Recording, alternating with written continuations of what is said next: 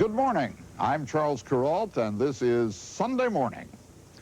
If our surroundings are unfamiliar to you, well, let me confide that they are strange to us, too. That's why we're here for this one Sunday, to try to become more familiar with this place, which is important to us all. We are in Japan. A great lot of history will come to an end in Japan this week. A few hours ago, here in Tokyo, a slow motorcade rehearsed for an event which last occurred here 62 years ago, the funeral of an emperor. Hirohito, who was born a god and whose reign encompassed Japan's greatest depression and greatest war and greatest ruin and greatest prosperity, all that in one lifetime. Emperor Hirohito will be buried this week. President George Bush of the United States and representatives of about 150 other countries will attend the state funeral on Friday. We are here to think about the past and the future. What is Japan to the United States now? Gadfly? Ally? Partner? Rival? That question is the subject of our cover story, to be reported later by David Culhane. This week, George Bush, the World War II Navy pilot who was shot down by the Japanese, will represent the United States at the funeral of Japan's wartime emperor. The president will surely use this symbolic moment to reaffirm the friendship and alliance between the two most important industrial powers in the world. But it is also a moment to reassess the economic challenge that Japan represents. Later this Sunday morning, we will find that some experts think we are failing that challenge, and that a heavy price will be paid for that failure by us and by our children. So there is that to think about, the Japanese as a threat to Americans. But there is so much else, the Japanese as friends to Americans, mysteries to Americans, teachers to Americans in some ways. Faith Daniels even has a story about a Japanese who is an American. George Nakashima came to New Hope, Pennsylvania, as a way of getting out of an internment camp in Idaho during World War II. And here on these 3 acres, he built from the ground up a hands-on woodworking operation that has given him a place in American history. Later on Sunday morning, we'll meet the elder statesman of the American crafts movement.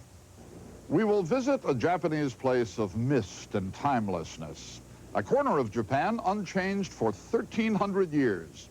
A place that would seem holy even if it were not the holiest Shinto shrine. Bill Geist has some thoughts on work and play in Japan. There is no precise word for leisure in Japanese. In this country, play is pretty hard work. Eugenia Zuckerman on Japanese music performed quite remarkably well by Americans. And John Leonard will show us a face of Japan itself might not choose to show. In a country which has always measured its ages by the lives of its emperors, this whole week is a milepost, of course. Let us begin with the headlines for Sunday morning, the 19th of February. Here's a good one. Crestar Bank says they'll make their customers. The Palestine Liberation Organization for a truce in southern Lebanon. In an interview with Mike Wallace of CBS News, Arafat says Israel and the PLO are talking to each other through third parties. Salman Rushdie, the author of the violently controversial novel Satanic Verses, says he is sorry his book has caused such distress to Muslims. Iran says that's not enough. Iran still wants him dead. He is in hiding. 2 counties of western North Carolina are digging out this morning from a record snowfall after days of 70 and 80-degree weather. The snow and ice fall in North Carolina and Virginia has mostly stopped now. Most of Washington state is buried under Washington's worst snowfall of the winter. Floodwaters are receding in Kentucky. In a suburb of New Orleans, David Duke, a former Grand Wizard of the Ku Klux Klan, has won a Republican seat in the Louisiana legislature, in spite of the public opposition of President Bush and former President Reagan.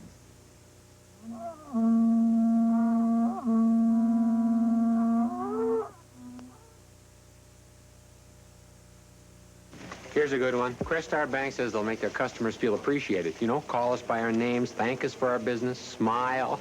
We'll see. Okay, Mr. Thomas, you want a $10, $20, $30 withdrawn from your savings account, $43 transferred from your checking account to your money market account.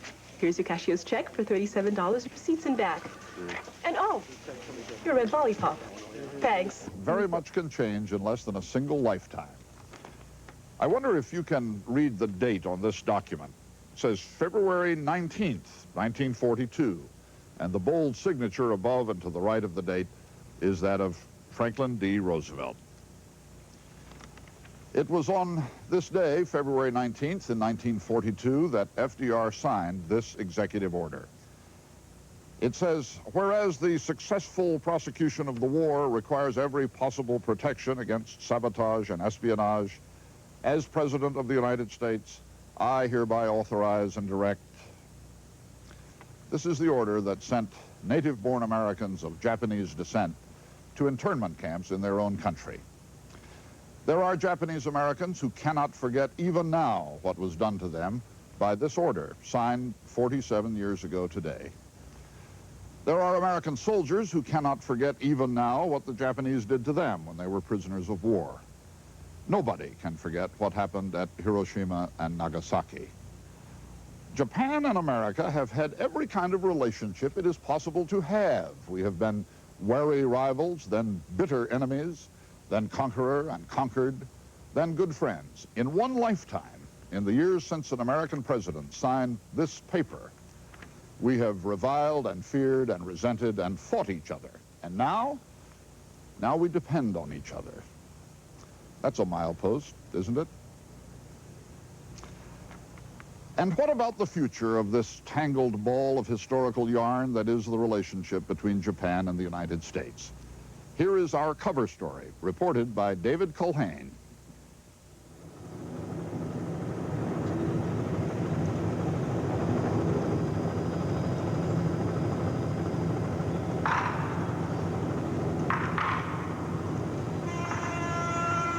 The power of the Japanese yen is heard now like a drumbeat through the country.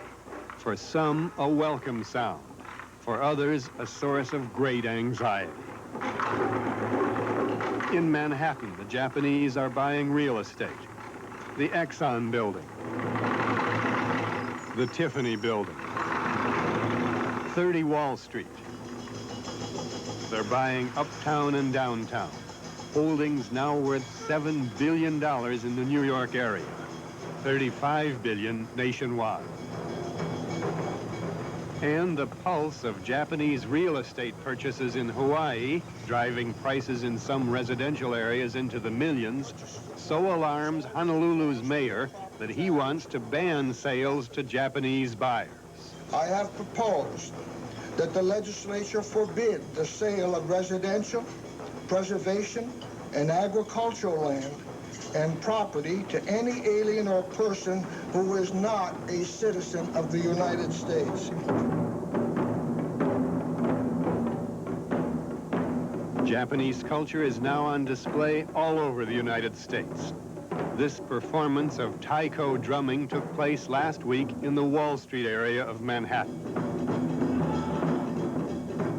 Taiko drums, with their energy and dynamic force, have been called the voice and spirit of the Japanese people.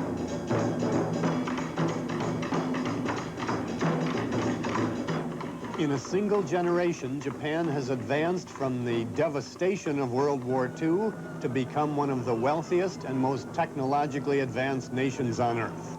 The United States is running a trade deficit with Japan of more than $50 billion a year.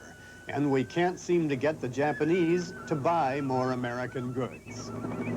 Like it or not, Japan now represents the major economic challenge for the United States.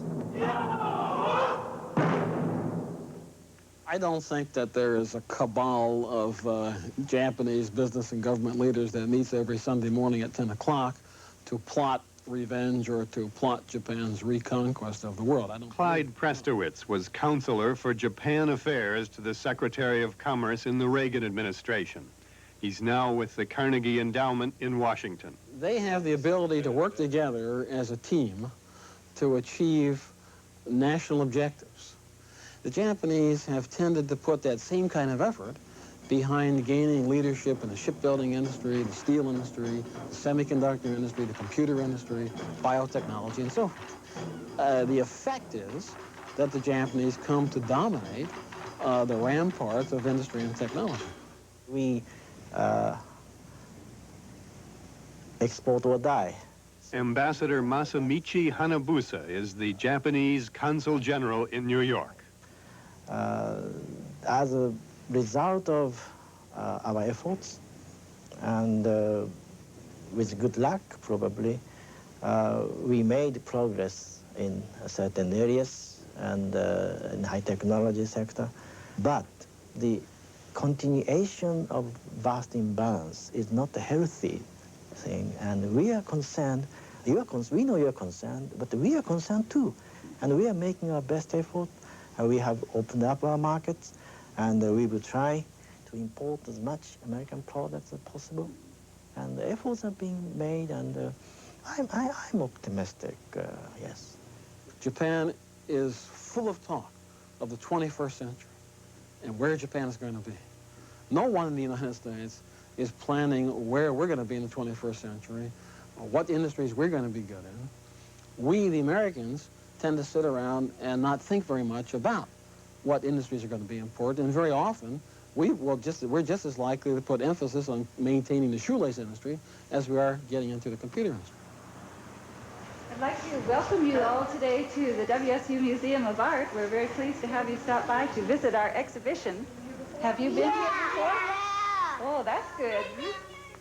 All around the United States, people are beginning to look again at Japanese history and culture. We do prints with sponge. Well, they do prints with wood. It's called woodblock prints. This exhibit of 19th century Japanese woodblock prints is at Washington State University.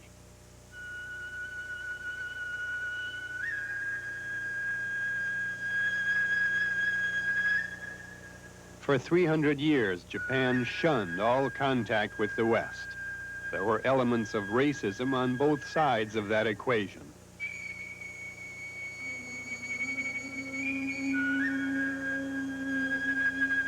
Then in 1853, American Commodore Matthew Perry forced his way in with a few battleships and insisted that the Japanese do business with us. Japan had begun to learn from the West. In less than 100 years, the Japanese went from isolation to an aggressive push to achieve dominion over the Pacific Basin. After their crushing defeat in World War II by the United States and its allies, the Japanese, with American help, turned all their energies to building a powerful economy. Now, an American president is going to the funeral of their wartime emperor. And I think that the symbolism for me is that the post-war era is over. Hugh Patrick is the director of the Center on Japanese Economy and Business at Columbia University in New York. I don't think this symbolism is likely to affect the economy or business performance very directly. One way or another, America is moving to study Japan and its success. But the effort is late and limited, and there are very few centers like this one. A quarter of a century or so. Ironically, the Columbia Center gets a lot of its financing from Japanese companies. Japan went from being a country that had no net debtor or creditor status in the world to speak of to being the largest creditor in the world within a matter of a few years. The basic reality is that Japan is not going to go away, economically or politically. Here you have the second largest economy in the world. It's a dynamic economy. It's not going to evaporate on us. We have to live with that. And part of our problem is to figure out how to do it in a constructive way. The quality of raw materials, they have to work, everything else. Some American executives realize that understanding Japan is now serious business. This is an orientation program at the Japan Society in New York. So continuous training and Buddhist thinking of continuously, everybody can be trained. Japanese and American experts try to bridge the two cultures, everything from philosophy to international finance. That means now U.S. has begun to run into the kind of bottleneck, shortage, chronic shortage of many things, including energy, including certainly technology, and so forth. President Bush's visit to Japan to participate in the funeral of Showa Emperor is another message to Americans, I believe. A message is that the United States cannot go it alone. She needs Japan. Yoshi Tsurumi, a business consultant and lecturer, says America's leaders understand that a significant portion of the American national budget deficit is being financed by Japanese investments here, that the United States is, at least in part, dependent on Japan. The United States needs the Japanese capital. Right now, just about closer to 40% of annual budget deficits being bankrolled, financed by the Japanese money, Japanese savings. And the United States cannot simply drop Japan. But the general public's perception, political perception, that Japan has been riding free of charge, so-called free ride on the United States. Some critics think there is at least an element of free ride in the trade deficit with Japan, that it is time to tell Japan bluntly that there must be a ceiling, that among other things, Japan must buy more or sell less in the United States. The trade deficit now is $55 billion. We could just pick a number and say, look, we don't want this trade deficit to be more than $30 billion. And then sit down with the Japanese and figure out how we're going to work a trade deficit down from 55 to $30 billion. I believe the Japanese would be willing to do that. Everyone praises Japan for moving into position recently as the #1 giver of foreign aid, surpassing the United States. But Clyde Prestowitz says that that's not enough, that Japan should help with the whole burden of costs involved in keeping world peace and assisting developing countries. The burden consists of defense spending, aid spending, lending, and imports of manufactured goods from developing countries. If you count that burden up, the United States spends every year between $600 and $700 billion on that burden. And Japan is spending about $60 to $75 billion.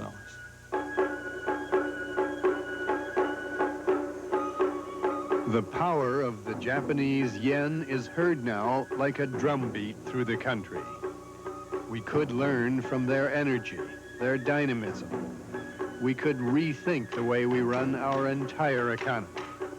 We could renegotiate our relationship with Japan. But no one is sure that the United States will seize this moment and make it a beginning for ourselves and for our children. Part of the anxiety about Japan is really an anxiety about America. Hugh Patrick. We are not competitive internationally. We don't know how to have management and labor work together well. Our educational system in the primary and secondary level is not doing as well for us as it's doing for the Japanese. We've just got to increase our level of competence. Ambassador Hanabusa. Problems are bound to happen. It's inevitable. And we shouldn't take them so seriously. I think we should not be overwhelmed by emotion. I think we have solved the questions in the past and we can solve them in the future. Clyde Prestowitz. We have been lucky. We've been lucky that we're rich. And we've been lucky that there's a guardian angel that watches over the United States. But we can't count on luck forever.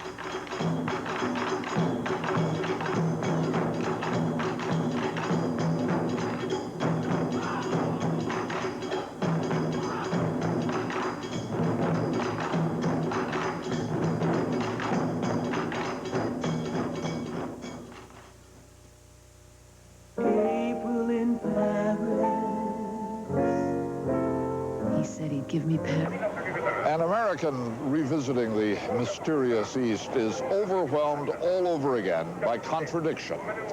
Japan is the land of paper cranes and quiet and delicacy and decorum. It is. It is also the land of blatancy and vulgarity and neon and noise. There are parts of Tokyo that would make all of Las Vegas blush. I am puzzled by Japan. So it appears is John Leonard. When we leave town, we've got a shopping list. Greek light, German sausage, Russian sole, French sauce, Spanish bull, Madame Butterfly. We want to rub our fuzzy heads against the strange and see if something kindles. But some kinds of strange are stranger than others, and strangest of all is Japan. In Japan, as nowhere else in the world, I am always lost. Not just in Tokyo, where the streets have no names and the houses no numbers, but also in the mountains, in resort areas like Hakone, a sort of Japanese Aspen where I spent some time with polite and evasive Japanese intellectuals. We woke up at 5 each morning in Hakone to recorded bird trills. Many traditional Japanese birds are dying out. Their noise has been taped so that modern intellectuals can wake up in the 16th century, look at Mount Fuji, and change the subject when you mention World War II. These intellectuals turn themselves off like radios. Behind their perfect manners and exquisite taste, who knows what they really think? They wear masks as if the whole culture were a performance of a timeless Japan of mountain priests and temple bells.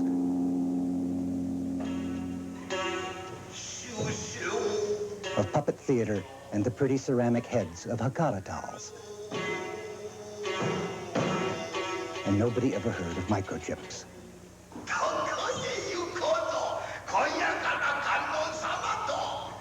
Inside such self-control, there has to be an agitation.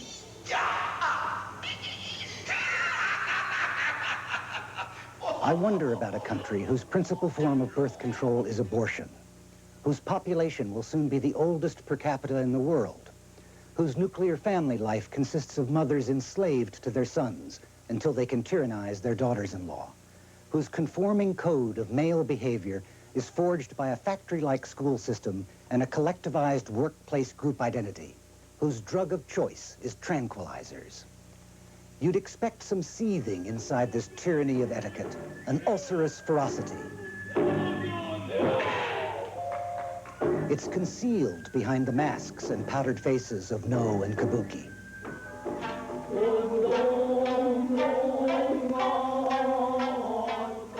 The ferocity is only hinted at in modern novels about necrophilia, hairy breasts, and man-eating sand dunes.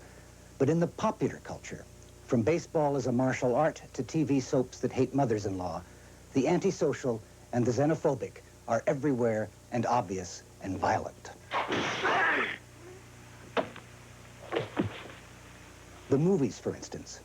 You've probably seen a Yakuza film in which tattooed death cult samurai are shot in the back by villains who are almost invariably Korean or Chinese, in Western suits, smoking Western cigars. I can't show you the Japanese porn flicks, distributed all over Asia, glorifying the rape of schoolgirls, nurses, and newlyweds. But vicious as these movies are, they aren't as creepy as the porn comics that sell in Japan in tens of millions every week. The pictures in these comics are very pretty, but what they're pretty about is nice girls who become prostitutes after being raped by black American GIs, and foreign females tortured for what they've done to innocent Japanese boys, and in an immensely popular series, Japanese students in Paris who chop up their blonde Dutch girlfriends but I don't want to talk about it. I didn't know any of this my first time in Hakone. I asked a Japanese artist what she did. She was a sculptor of fog. Fog, said I. Fog, she agreed. A village in a valley has a festival. Everybody dresses up in obis. There are masks and a parade. The village in the valley wants fog, but all the fog is in the mountains. And so Fujiko Nikaya brings fog to the valley using agricultural nozzles. She makes wet weather. But why would a valley want fog that belongs to the mountain? In order, she explained, to see the unseen, to make visible what is invisible, which is, well, for example, the wind. How can you see the wind without fog? I've been looking for the wind. I'm in a fog.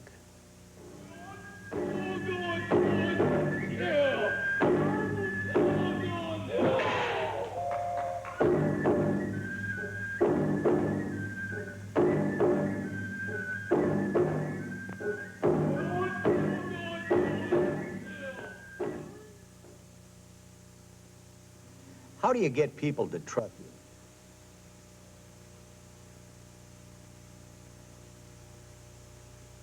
When two men want the same woman, That's how I always think of you, in red silk things. it's the kind of war where anything goes. Nobody gets used who doesn't want to be. But when the woman they love falls prey to the enemy, She hurt? I don't know. There's no sign of her. What'd you leave her alone for in the first place? rivalry takes a backseat to a new kind of fear. Tour of Duty, Tuesday. After Hirohito, the Japanese bury an emperor, but can they bury their past and face their future? 48 Hours, Thursday. This is CBS. We know what it's like to go shopping. You have to find the right fit, style, and color. And when you find all that... Sunday morning on CBS. And here again is Charles Kuralt. Japan was born here. The goddess of the sun made her home here at Ise on the Kii Peninsula in central Japan. And from her are directly descended the emperor and every Japanese. There are things to learn at Ise.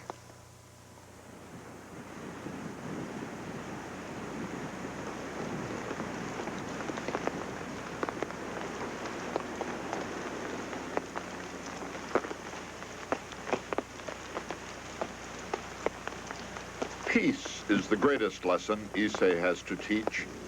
The peace of the fern on the walls, and the moss on the thatch, and the rain falling on ancient stones. Shinto is sun and rain and green things growing. Shinto is oneness with nature. The priests of this oldest of Shinto shrines are up early, moving about in the mist, taking the gods their breakfast of rice and fish and fruit and sake.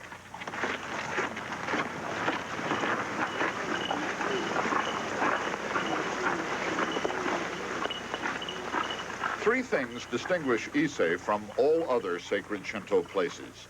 First, it is the first. It has been here since the 7th century. Second, it is hidden. Visitors come on pilgrimages from far away, but all they can see of the buildings are glimpses of roof beams above tall fences. The gods inside do not wish to be disturbed. Third, the 220 buildings of Ise, meticulously constructed by builders who are among the master craftsmen of the earth. The buildings are torn down every 20 years and rebuilt from the ground up. The gods deserve nothing less. The buildings of the present shrine were dedicated in 1973. Beside each of them is an ancient foundation waiting for the new buildings of 1993.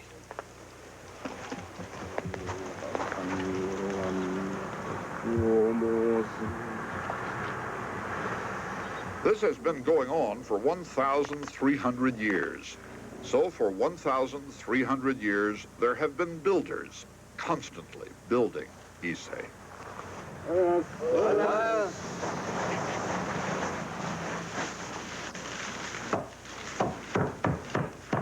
After their morning prayers, they go to their work devotedly with all those centuries of tradition to live up to. In the thatching shed, they are preparing the thatch for the new roofs to be finished 4 years from now. He says, my father thatched 3 shrines. This will be my second. Only those who live long enough get to do it 3 times.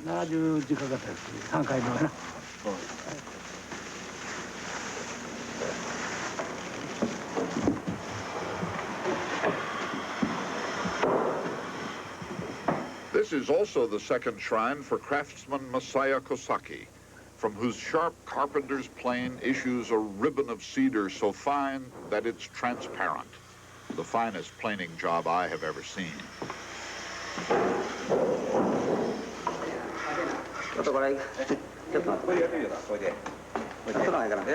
But not quite fine enough for the chief of carpenters, Kumao Miyama.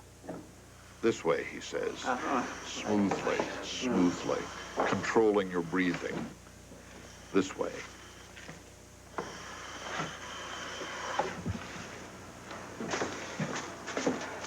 This is another thing this place has to teach. Patience and striving for perfection, and reverence for wood.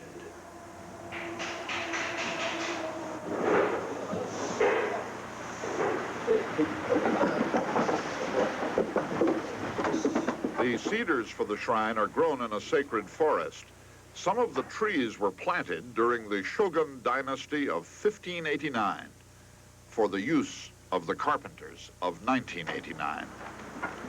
The logs are handled with white gloves and moved on white cushions. And every log, every plank is marked for placement according to the ancient blueprints, so that the shrine, in changing every 20 years, is never changed. To make one mortise joint, the craftsmen use a heavy chisel and refine the mortise with a lighter chisel, and then a plane, and then a finer plane. And when they are finished, there is one perfect socket in one fence post of many thousands to follow. Look at this man. He's using hand tools. Everything is very old-fashioned. Why do you do it that way? Master Builder Miyama answers, well, these are not houses for people who live out in the streets. These are homes for the gods, and we must build them with great care. These buildings would last hundreds of years. Why do you tear them down after every 20? It rededicates the faith of the people, you see, to do this every 20 years. And there is the practical value that new builders learn at about 20 years of age. Then 20 years later, when they're 40, they practice what they've learned. And then 20 years later, at about 60, they pass on their knowledge to the next generation. Will this go for 20 years and 20 years and 20 years forever? As long as there is a Japan and the world remains at peace, we will continue every 20 years. Our work is a prayer for peace in the world. We do what we do for harmony and for peace.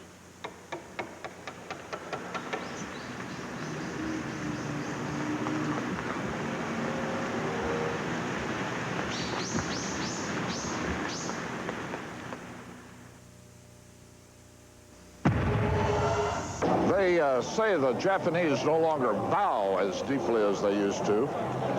A reason for that, it seems to me, is that there's no longer enough room. Japanese cities are famously, fabulously, frustratingly crowded, which would be all right if everyone were moving in the same direction, like fish in a school.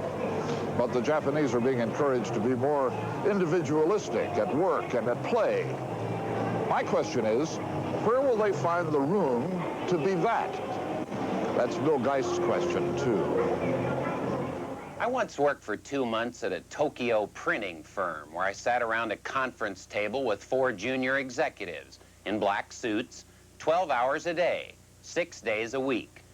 There was no lunch break, but every day someone brought in a tray of slippery little sea creatures, which, much to my amazement, my Japanese colleagues popped into their mouths. One day, one of the guys did take 3 hours off to attend a wedding, his wedding. Given that first-hand experience, I guess I wasn't all that surprised, really, when the Japanese recently purchased America, and we began driving their cramped little cars, eating those slippery sea creatures, and just generally trying to be more Japanese, more diligent, more industrious. Although once people have taken their noses off the grindstone, it's not easy convincing them to put them back on.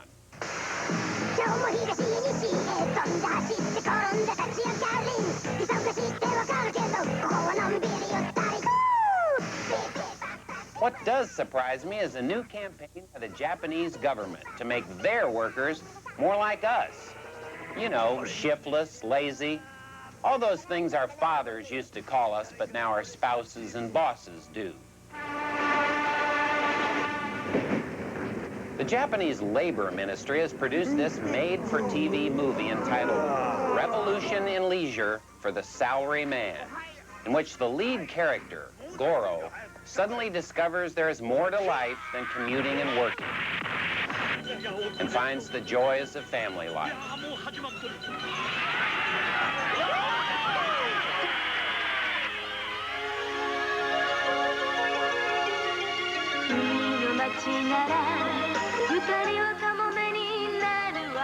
The government is tacking up these posters all over the place, extolling the virtues of taking it easy.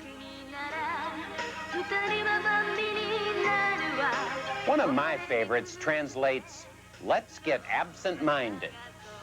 And there's a new song out celebrating what the government calls the twin holidays, Saturday and Sunday, that goes, "At the seashore will be seagulls, dancing a samba to the waves." A Japanese newspaper poll of 300 housewives found 30% saying they were very happy about having their husbands home on Saturdays, while 70% expressed varying degrees of displeasure. The government has ordered certain businesses to close on Saturdays and hopes others will follow suit. It wants people to work less and spend more. As it is, many workers won't even take their paid vacation time. One problem seems to be that the Japanese aren't really too sure what they should be doing if they're not working. A lot of people don't have the build for sumo wrestling, and origami isn't for everybody. To be more like us, many Japanese are turning to television, now that there is some decent westernized programming, our gift to their ancient culture.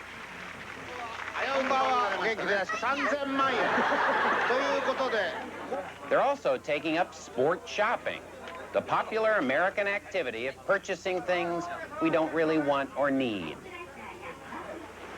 But actually participating in real sports is becoming next to impossible.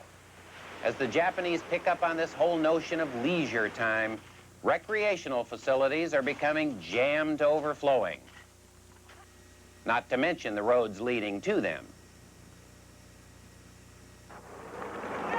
This winter, everybody seems to be on the slopes. This resort has 14 ski lifts and accommodates a minimum of 40,000 skiers a day. But golf is the ultimate Japanese waiting game. Few among the nation's multitude of golfers actually get to play golf. It's almost impossible to get on one of the very few public courses, and private clubs have become prohibitively expensive. This man is actually a golf club membership broker. There is a golf club membership index published on the financial pages. The memberships can cost as much as $2.5 million. There can be waits of 3 hours at many driving ranges, even though they're building them 3 stories high and in every place imaginable.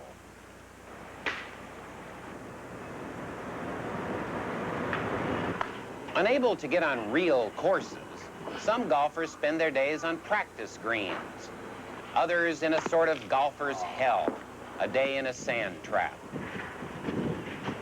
For the rapidly growing number of Japanese golfers in this new age of leisure time, it's just practice, practice, practice, while holding to a dream of someday playing a real round of golf, even if not in this lifetime.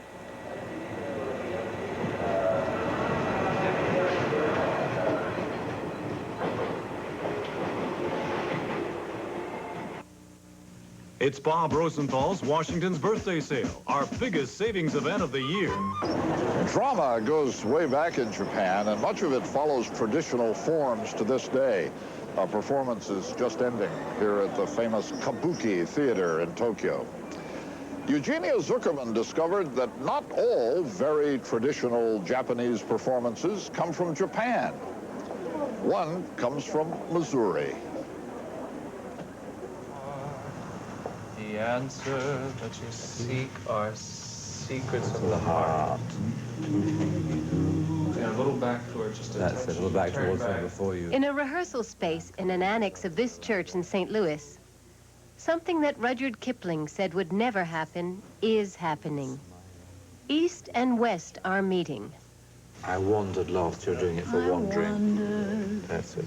Here, members of the Opera Theater of St. Louis are preparing to do something very audacious. Oh, it's my hand. That's good.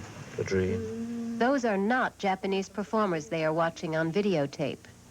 They are watching themselves. Be endured. And they repeated upstage, looking over their shoulders.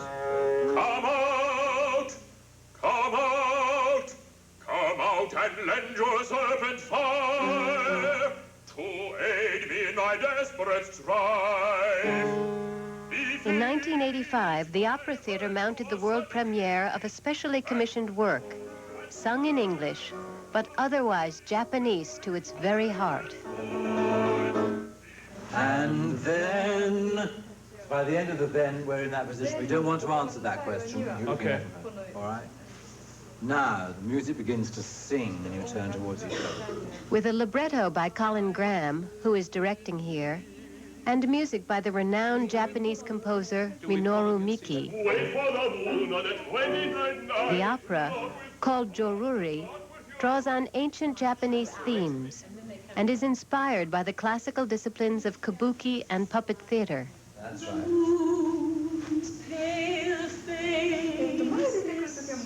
It required these all-American performers to transform themselves utterly and totally, to become kimono-clad, slipper-wearing, ritual-bound inhabitants of 18th century Japan.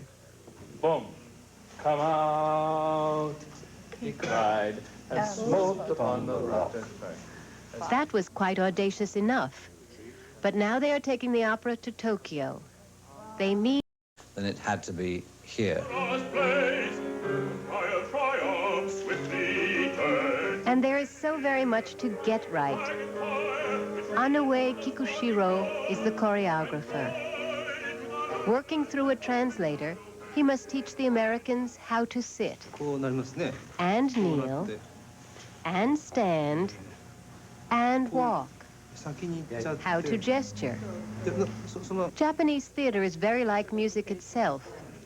Every movement is a note and must be perfect, and exact, Pose the hand. And color it and cherish it. and beautiful.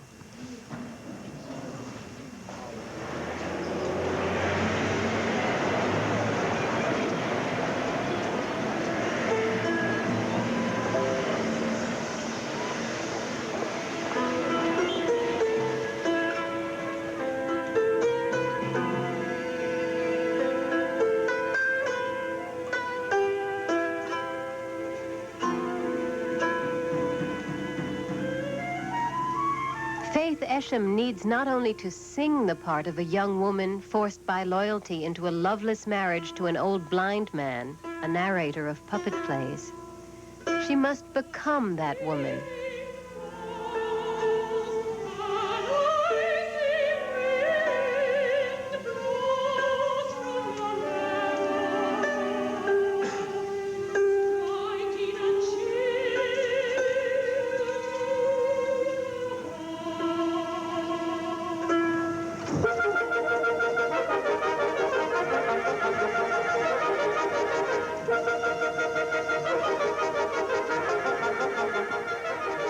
As for Andrew Wenzel, he must become that old blind man, discovering, to his great sadness, that his young wife has fallen in love with the puppet master of his own theater company.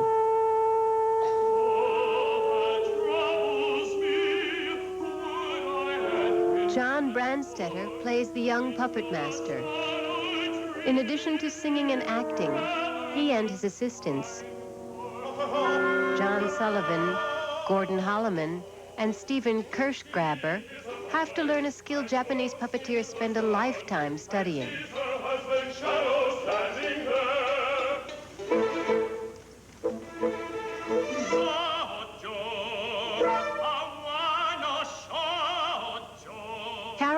man sings 3 roles. Here, he is an evil dragon lord.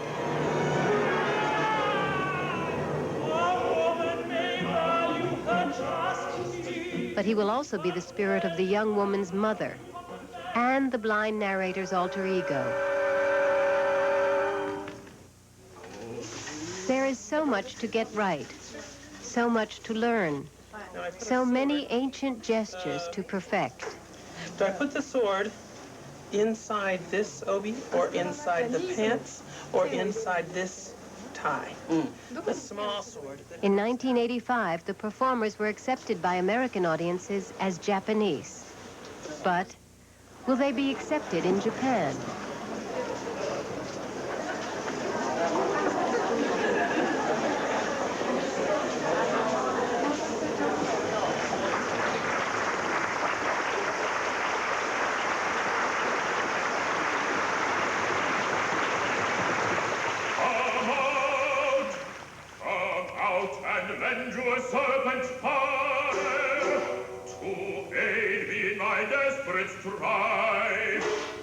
The Japanese have really felt this show is part of them, and it's not just a visiting foreign entertainment. And I was really very impressed and, as I say, very happy with the wonderful response we've had, the physical, audible response, as well as what people have said afterwards.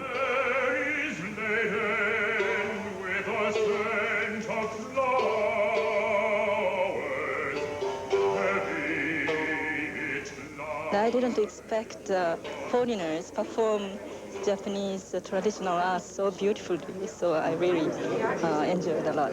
Frankly speaking, I didn't anticipate that Western people can play so well. So anyway, I was very much impressed. I'm enjoying it.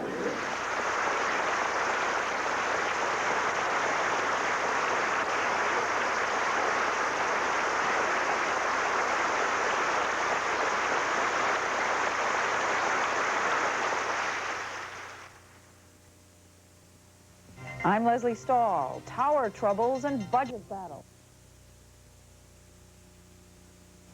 Dear Mom, we're sorry we can't be there.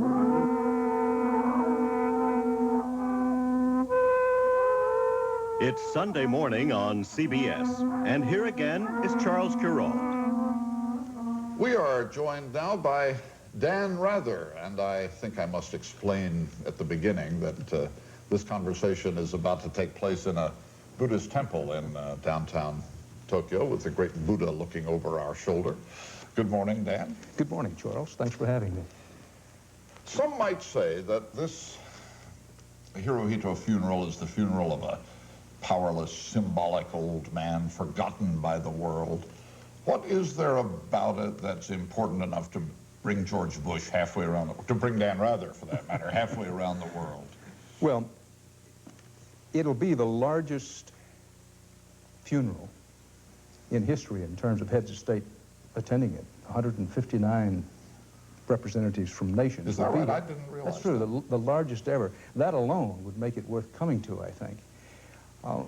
Also, we tend to measure history by centuries in our own country.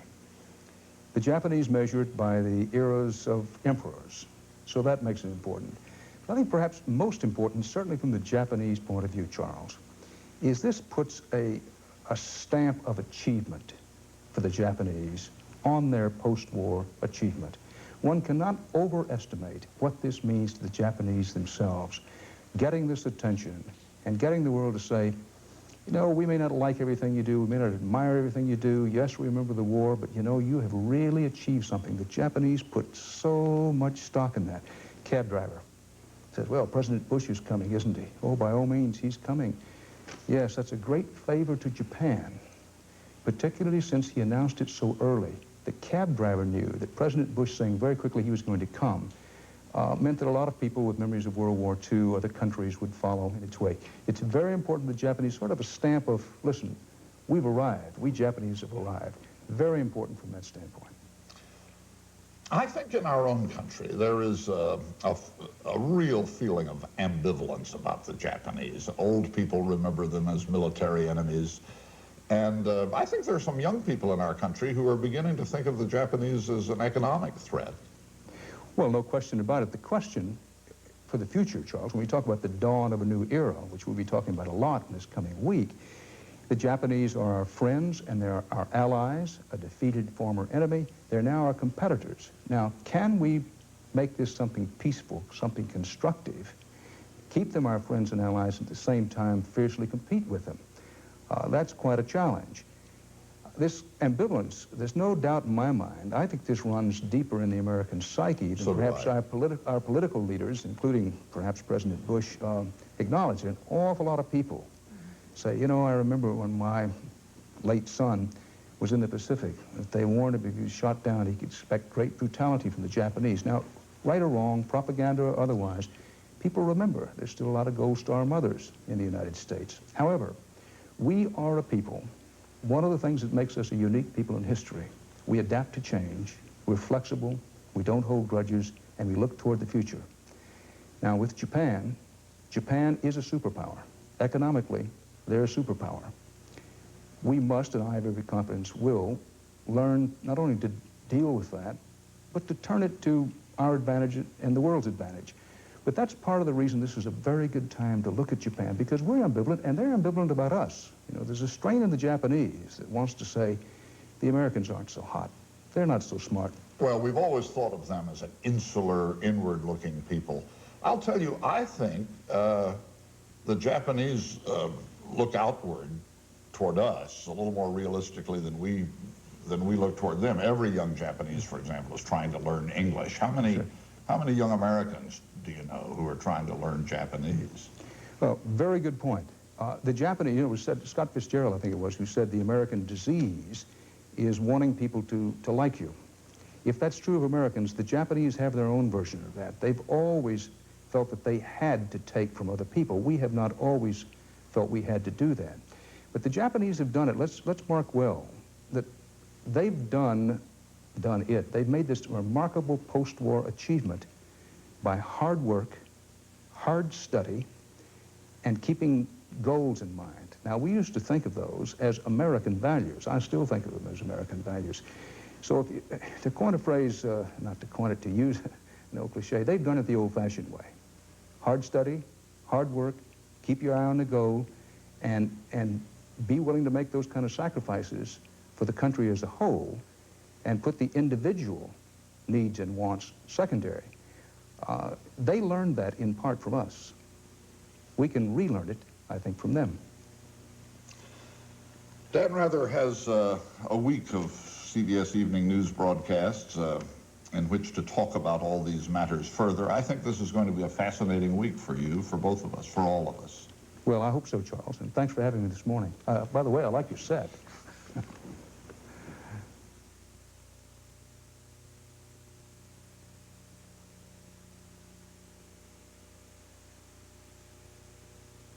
The IBM personal... It's in a name. For Americans whose names had a Japanese ring to them, there was grief during World War II. And among those Americans was the gentleman Faith Daniels would like us now to meet. His name, the same name, has now brought honor to him.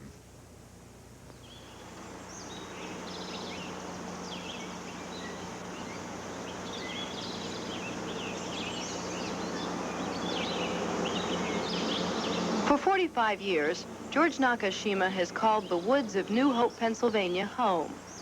A place where he can take nature's art and turn it into a work of art.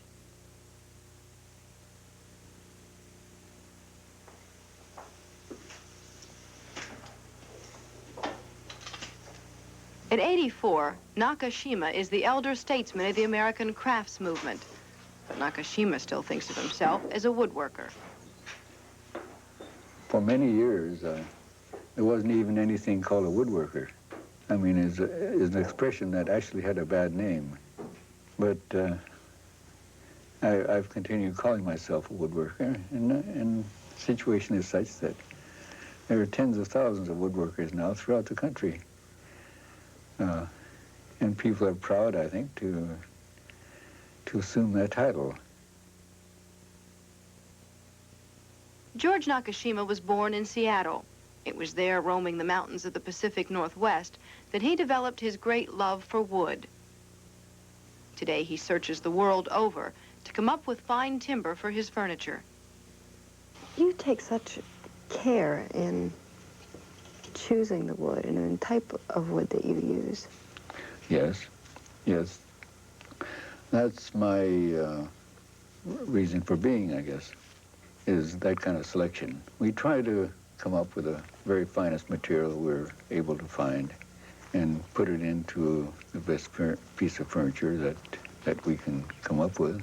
I wouldn't have the heart to cut trees, to log. But as long as they're cut and they're logged, well, I feel that I make the best use of it. Was this a break, Adam? Was this a break here? Yeah. Nakashima was trained in architecture at MIT, but decided to devote his life to woodworking. Oh, I see. And even though times have changed, Nakashima has stayed with the old ways. Pocket. I think, can you make the epoxy a little thin and try to soak it up a little bit? Just to hold it together. I think, again, it's a question of material and quality. Now, the modern way, it has to be based on veneer. And I just can't stand veneer aesthetically. So I have to operate in my own way, which brought me back to the early Americans and the early American tradition.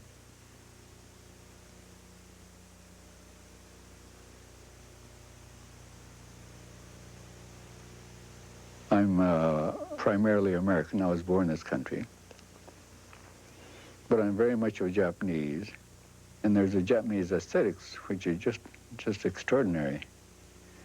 And I feel that all that sort of should be kept.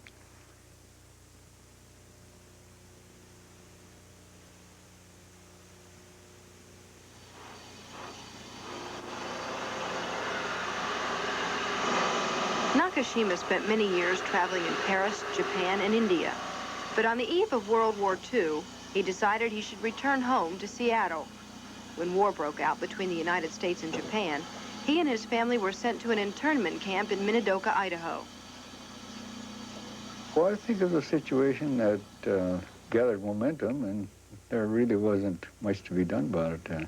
I didn't feel particularly betrayed myself.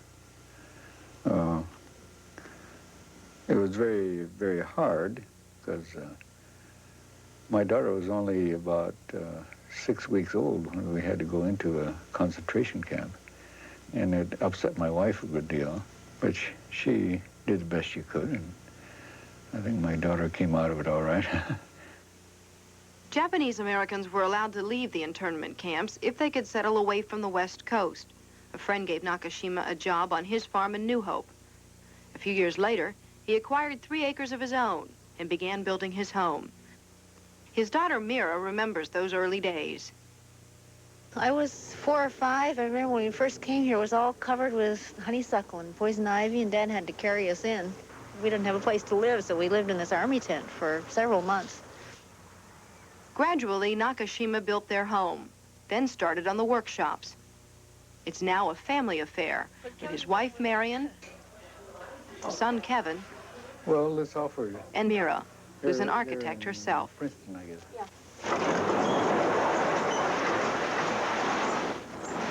I've been with Dad at the lumberyard a lot of times, and when he cuts a log, you know, he'll look at the log and say, what are we going to make out of this? You know, we got to think about what we're going to need in 5 years, but also what this log is best suited for. He will work from the wood rather than what the customer wants, and sometimes we run into trouble that way, but that's the way he works. A bench here marked for Yasui. Can you walk it over to the other side? Nakashima now has about a dozen people working for him. Still, if you want a piece of his furniture, there's a 1-year wait. That's the one I want. Yeah, I have a hand in almost every piece, either to do the layout work or the selection or a lot of little decisions that have to be made. But it's not like it used to be. I used to make every piece that went out of the shop myself, but I don't attempt to do that now. George Nakashima has been honored in Japan, but will have his first major retrospective in this country in May at the American Craft Museum in New York City. My feeling about a fine piece of timber is that it should be realized to its fullest possibility and beauty. And there has to be that relationship between natural things and the human psyche. And I feel that a tree has a soul. That if this is not realized, then it's condemned.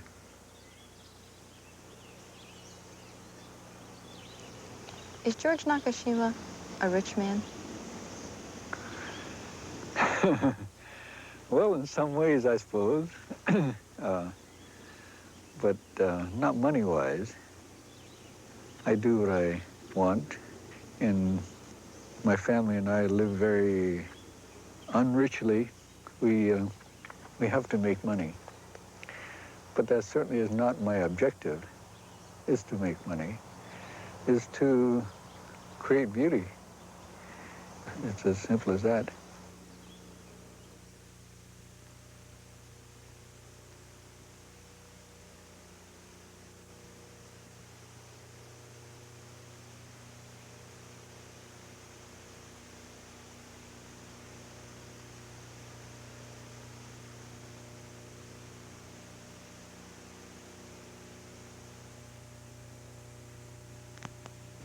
Not all Xerox machines copy documents. Some help create them, print them, send them anywhere in the world. Tokyo. A few hours ago, an earthquake measuring 5.6 on the Richter scale shook Tokyo and northern Japan. There are no immediate reports of injuries or serious damage. At Tokyo's Narita Airport, officials closed down the runway to check for damage. There was none. And Japan's famous bullet train was shut down for a short time. Service there has resumed as well. Across the city, some windows rattled, but nary a liquor bottle was shook from its shelf. Throughout the day, preparations continued for the Friday funeral of Emperor Hirohito. This afternoon, Japan's Prime Minister Takeshita visited the funeral site. All seems to be ready as this city finalizes preparations for an event that will focus the world's attention here. Security police and security checks are more and more common now. 30,000 police from all over the country will be here to make sure world leaders, including President Bush, aren't harmed or harassed during their visit. The police have been planning for everything. If it snows, they'll be ready. They've been practicing in the slush. If the fireworks are real, Japanese officials are confident they'll know what to do. What the world will see this week is a superpower, an economic giant which seems ready to play a more important role on the global stage. Taizo Watanabe is a spokesman for Japan's foreign ministry. It is not only rhetoric that Japan is now going into a new era, but people of the world expect us to do so. And it is our challenge how to meet this expectation. It is a challenge this country has not fully embraced. Despite its rich reputation, many Japanese know their standard of living doesn't match up with much of the West. While this country has won the economic war, it hasn't found space or affordable housing for many of its 120 million citizens. The challenges are many for this country, which finds itself at the dawn of a new era. And now to Charles Kuralt.